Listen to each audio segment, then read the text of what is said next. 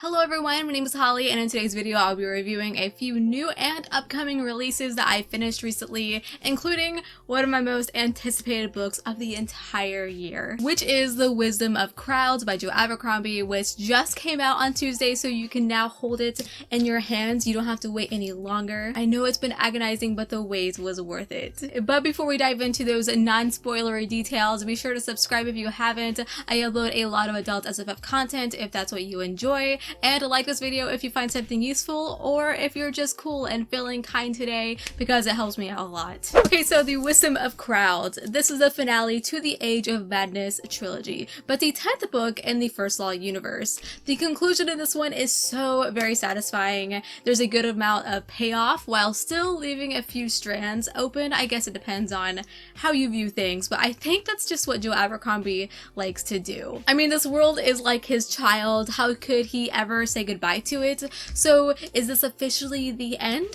Probably not. I can't imagine it being, and I hope it isn't. I could use another like 10 books in the First Law universe, honestly. I need more Logan Nine Fingers. I often hear people say that they are sad when a story finishes and they have to leave a group of characters. Well, this is my third finale that I've read from Abercrombie, and I'm used to it at this point. The characters in this one have been in my mind constantly over the last few years since A Little Hatred came out, and they will be for many more to come. And I always get asked, could I start with A Little Hatred first?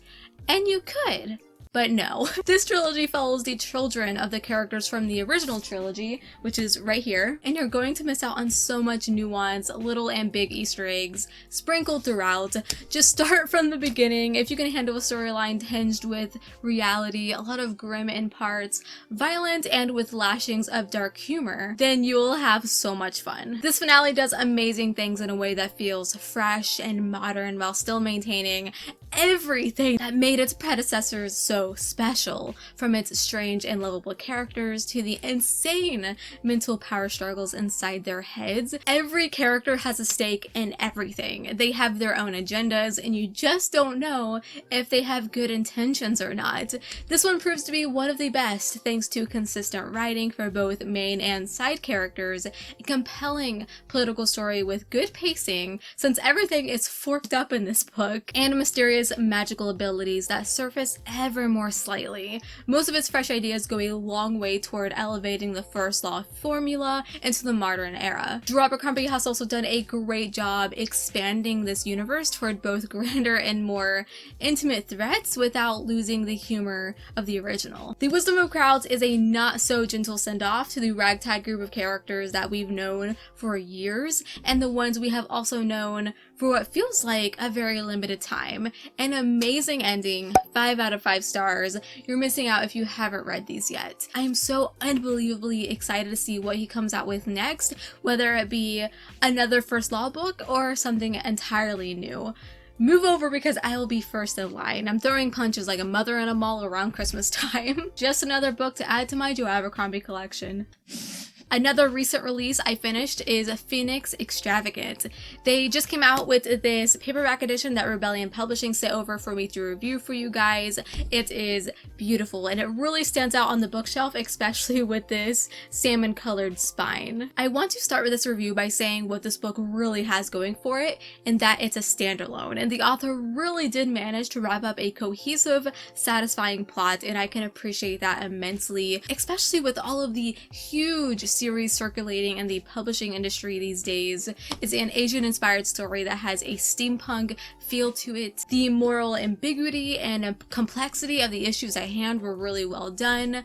There are some light sci-fi elements, great sibling dynamics, though it does scream that it's a dragon story with a dragon on the cover. The blurb here on the back says, "Dragons," which is plural by the way, "art revolution." And I thought for sure this was going to be an awesome dragon fantasy, but unfortunately it just wasn't for me. Because there's one dragon and it doesn't even move most of the story. Okay, so imagine a puzzle and all the pieces are laid out flat and they're all connected, and you have one piece left, but it won't fit in that one open spot. That's how the dragon element felt to me. The author was just trying to like fidget and finagle it into the story, but the puzzle piece ain't fitting. I just don't think it needed it. Despite a few bright spots like a non-binary main character, it's kind of hard to recommend this. I'll never tell someone to not read a book. I want to make that clear, but the bits of quality writing and world buildup that make up the core of it are overwhelmingly obscured by flat characters who I personally never cared for, and I found there to be some conveniency in the plot itself. Like, you can literally bribe any guard in this world to get away with anything. Maybe the author did that on purpose because the main character does make a joke about it. But anything at all, no matter how strict this prison-like place is, you can bribe a guard to get away. So unfortunately, I ended up giving this one 2 out of 5 stars, which saddens me because I really wanted to love this. But if you're still interested in it, please give it a try. I also recently finished a Spindle Splintered. Alexia Haro is another favorite author of mine, and she proves to me in just under 100 pages she has a masterclass in the art of doing a great deal with so very little. This is an entertaining and frequently tense portal fantasy adventure.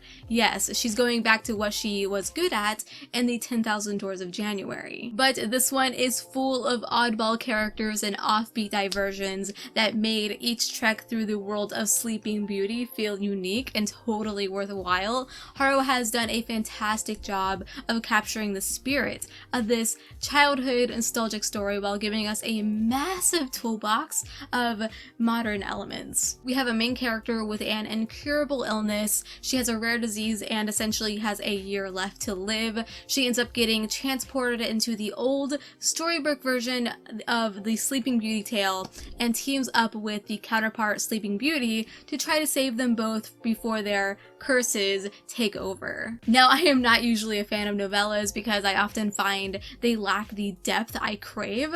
That is not true for a Spindle Splintered. Haro has created a fully complete story with all the details and emotions one could expect from a longer work. I easily gave this one 4 out of 5 stars, and they recently announced the next book in this string of novellas set in fairy tale worlds, and I believe it's focusing on Snow White, which I'm happy about. I think Belle from Beauty and the Beast is overrated, so I'm very happy to see these other ones get the attention they deserve. Wildwood Whispers is a book I also finally finished. This one took me a bit. I found it to be slower paced, nothing wrong with that. I think it fits the light magic, small town cottagecore feel, but I did find my interest dwindle throughout reading it. It follows a woman whose best friend passes away and she travels to a small town where she lived as a child, and her goal is to scatter her ashes, but it reveals to the reader very quickly the darkness of her past, which involves some witchery elements and even like